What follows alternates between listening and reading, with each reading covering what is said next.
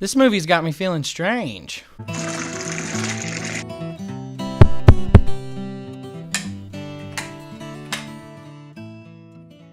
Welcome to Plot Patriot Reviews. I'm John. And I'm Caleb. This episode we'll be reviewing Doctor Strange, starring Benedict Cumberbatch, Tilda Swinton, and Mads Mikkelsen. It was directed by Scott Derrickson. It's the film adaptation of the comic book origin story of Doctor Strange. You start. It's your movie. You like it. Okay. I'll have to say that out of any movie I've ever seen, this one is the most visually appealing. I think that it's got the best visual effects of any movie that I've ever watched. Visual feast. Now, typically we don't do 3D. I'm anti-3D I don't like as 3D the day usually. is long, but we were forced to watch this in 3D because it was the available film time. We could see it on the pre-release date, and I'm not sure if it would have the same effect. I feel like if you plan on 3D. seeing this movie, you definitely need to see it in 3D. I think that the effect that 3D brings is definitely something that you're not going to get in 2D. I think this helps the movie. This isn't like most movies where it's 3D, but you have a lot of scenes with two people in a room, and you got a couple or a spear or chuck, and you see no. The entire movie had 3D applicable scenes. The whole thing. It was a very good. effective way. I'm really glad that they've figured out a way to use 3D in something that isn't just, hey, let's just make this 3D to make it look better. I feel like that this actually helped the story because it's a little trippy, it's a little odd, and that actually it played into 3D really well.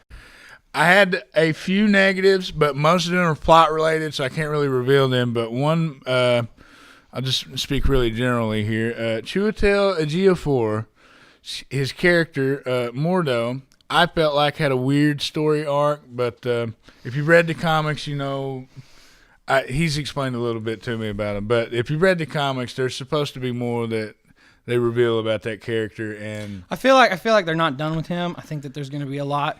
If they plan on doing a Doctor Strange franchise, I feel like they're really going to get into Mordo more.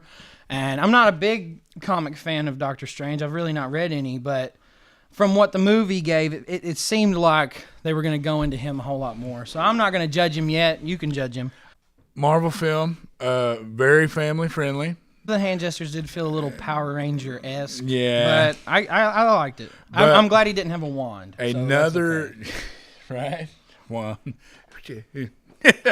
Anyway, another very good part of this movie was there were parts of this movie that were absolutely hilarious. I laughed out loud more than once while watching this. Something that Joss Whedon said, he said, make it gritty, make it dirty, make it sad, but for the love of God, tell a joke. And I feel like that should go into any, especially superhero movie.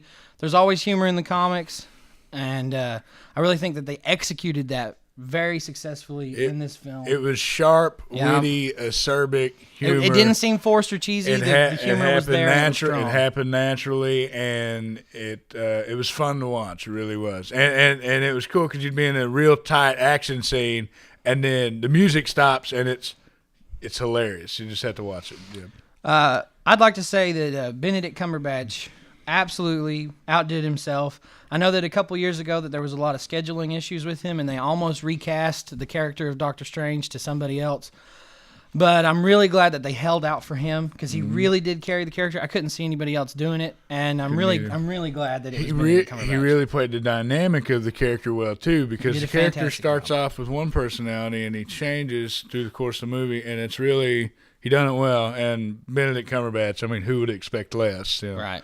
But the other strong, most good stories are based entirely on the strength of their bad guy.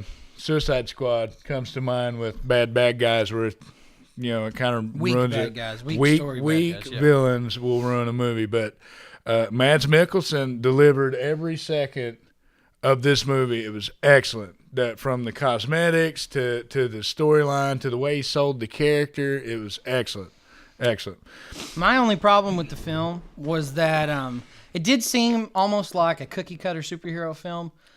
The story arc and the way that the hero learns who he is, that's definitely something that it seemed copied from another story. No, to be fair, they were all written by the same guy. He had a cameo in this one. It was hilarious.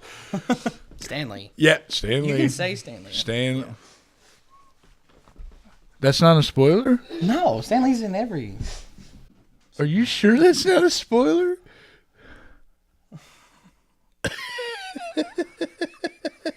All right. Anyway, Tilda Swinton. There was some controversy prior to this movie coming out. Some critics would say that this film was whitewashing the role of the Ancient One. I don't think so. No one else could have played the Ancient One like Tilda Swinton. She sold the character from the second you seen her. It was excellent. She, I don't know. Who else could, let's brainstorm. Who else could play Mr. Miyagi. Mr. Miyagi, and he's no longer with us, so. No, I think she did a fantastic job, and I'm kind of glad that they went with someone who wasn't just Asian, because that would have kind of been stereotypical. And I'm really glad they went with Tilda. Honorable mention for Asian characters. Benedict Wong made a very notable appearance in this film. It was very fun to see Kublai Khan in a superhero movie as a librarian. He did play the librarian. It was excellent. It was hilarious. I loved it. All right, Caleb, how many stars? 4. We don't do half stars, because if you're doing half stars, you might as well just do 1 through 10. 4 stars, it speaks for itself. You watch the movie, I'm sure you'll agree. Yeah, it's not worthy of 5 stars. It's not a perfect film, but I do have to give it 4 stars as well. I think that it was really good. I think they did a great job. It was really fun. Yeah, very fun film. All right, that's it for this episode. Thanks for watching Plot Patriot Reviews. If you liked what you seen, like us on Facebook or subscribe to our channel. Next episode, we'll be reviewing ARQ, a Canadian sci-fi thriller. From Netflix. Shoot, do it again.